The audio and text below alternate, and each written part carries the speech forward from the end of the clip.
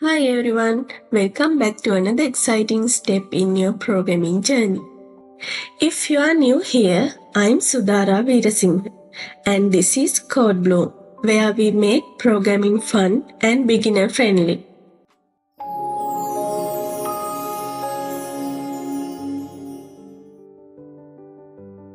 In the last video, we talked about what programming is and why C is such an important language.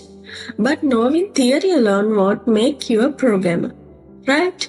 Today we are actually going to write our first C program. Here's what we'll cover in this video. Setting up Quincy IDE for coding, understanding the structure of a C program, writing, compiling and running your first program, debugging common errors. And don't worry, this video is designed for absolute beginners. So if you've never written a single line of code before, just follow along. And by the end, you will have your very first program running successfully. Alright, let's jump right in. Before we dive into coding, let's talk about something super important. Compilation and the compiler. So, here's the thing. When you write a program, it's written in a human-readable language, like English words and symbols. But computers, they don't understand this at all. Computers only understand machine language, which is basically a long series of ones and zeros. This is where a compiler comes in. A compiler is a tool that translates your C program into machine code. If you go to a foreign country where no one speaks your language, you need a translator, right? A compiler does the exact same job. It translates your C code into machine code, so the computer can understand it. Without compilation, your code is just plain text. It won't actually do anything. And that's why every time we write a C program, we need to compile it before running it. Alright, now we can understand this. Let's set up the tools we need. Okay, now to write, compile and run C programs, we need the coding workspace. This is where an IDE comes in. IDE stands for Integrated Development Environment. It's like a powerful toolbox that gives you a code editor to type your programs, a compiler to convert your code into machine language, a debugger to help you find and fix errors. We'll be using Quincy IDE, which comes with everything built in. Let's download and set it up. Okay, let's set up Quincy IDE. Here's what you need to do. First, open your browser and go to Google. In the address bar, type this address and press enter. The link is in the description below, so you can use it to access the website directly. Once the page loads, scroll down until you see the section titled Quincy Download and Installation. Under this section, you will find a blue-colored link named Download Quincy 2005. Click on that link and the download will start automatically. You can see the download in progress at the top corner of your browser. After the download is complete, go to your Downloads folder and open the Quincy setup file. A setup wizard will appear. Just keep clicking next to proceed with the installation. Finally, click Install and you will see Quincy being installed on your system. Once the installation is done, click Finish. Now go to your desktop and you will see the Quincy IDE shortcut.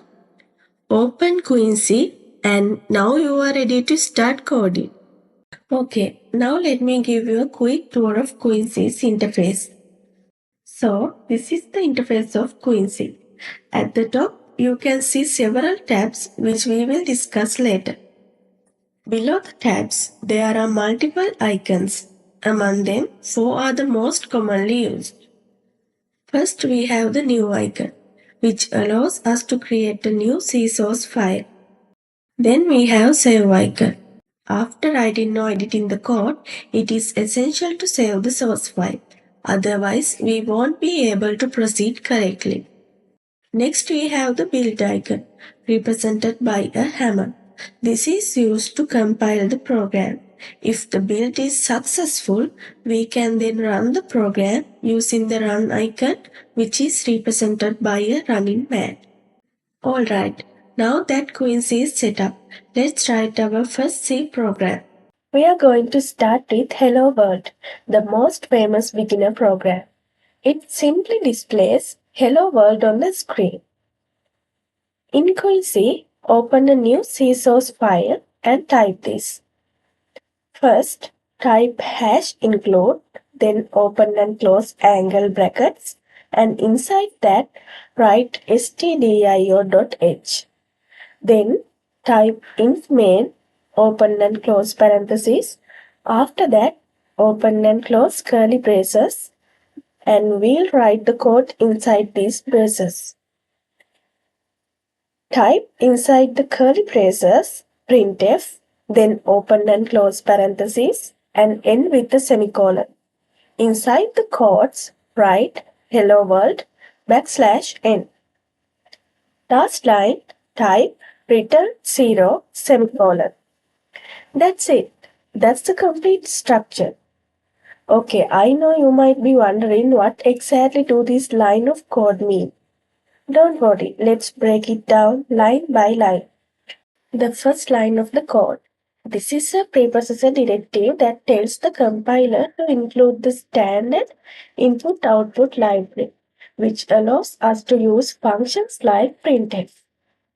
This is a main function. When you run your program, this is where execution starts.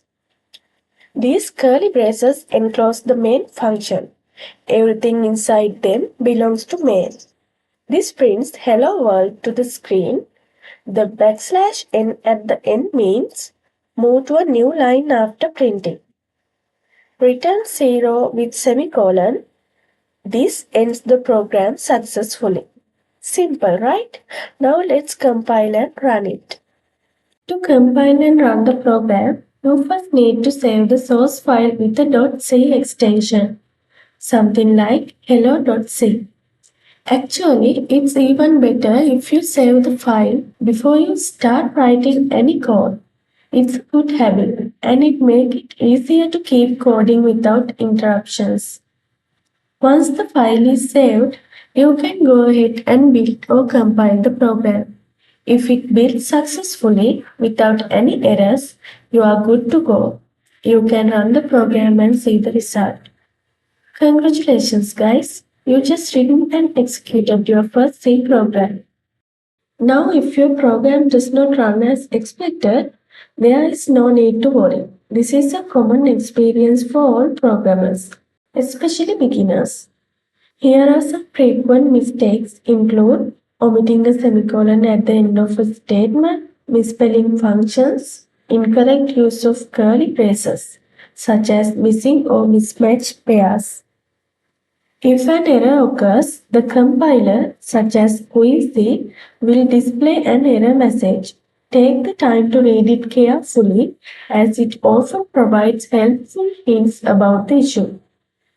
Debugging is an essential part of programming, and learning to resolve errors is a valuable skill in your development journey.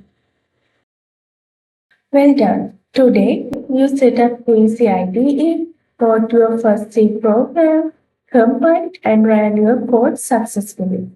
That's it for today. We'll write some cool programs in another day. Until then, if you're excited, don't forget to subscribe and hit the like button. And also comment below if you have any questions. See you in the next video and happy coding!